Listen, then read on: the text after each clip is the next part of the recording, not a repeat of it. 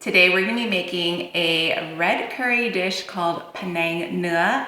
It's made with beef, and it's unlike other red curry dishes. This one's a little bit more thicker, kind of like a gravy, and there's just beef in it. So it's a hearty, comforting meal.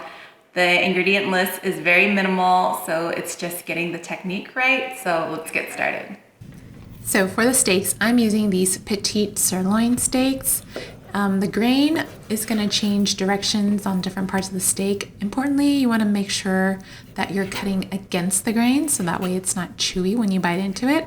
I'm also cutting nice thin strips, so if you want to pop the steaks in the freezer for a little bit, it makes it a little bit easier to cut the thin strips of steak. Then season the steak slices with some oil and salt so that way they don't stick together when you're cooking. Just give that a quick massage with your hands. Add a 1/4 cup of coconut milk to a nonstick pan, and then we're going to go ahead and cook the steak until it is completely done. Once the steak is fully cooked, there's going to be quite a bit of liquid. We don't want that in the panang because it's going to thin it out. So I'm just going to strain it and then wipe the pan clean.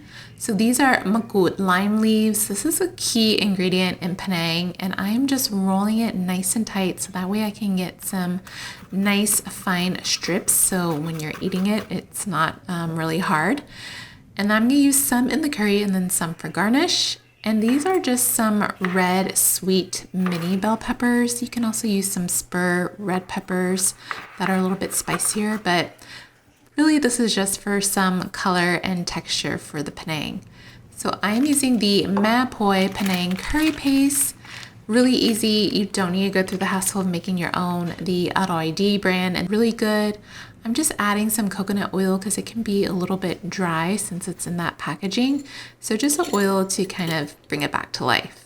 So in that same skillet, I'm adding a little bit more coconut oil and the red curry paste, and I'm just gonna fry it until it breaks apart. So here's the part, you wanna start adding the coconut milk slowly. This video is sped up, but I just did it in batches until the curry paste completely dissolved. And then I just kept adding more really slowly with the heat on medium-low.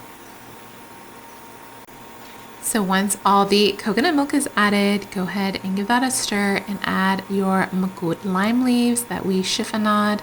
I am saving some for some garnish. This is just gonna help flavor the curry paste. So at this point, you wanna taste it and see how the flavor is. I thought it was a little salty, so I added about a tablespoon of coconut palm sugar and just let that dissolve. And then once the seasoning is right, you can go ahead and add the cooked beef back into the pot. And really, since we're using steak, we don't need to simmer it that long. So I'm just going to add the sliced red chilies, give that a stir, let it simmer for maybe 1 to 2 minutes just so the beef can soak in the sauce, and we are done. Garnish it with some more chilies and those makut lime leaves.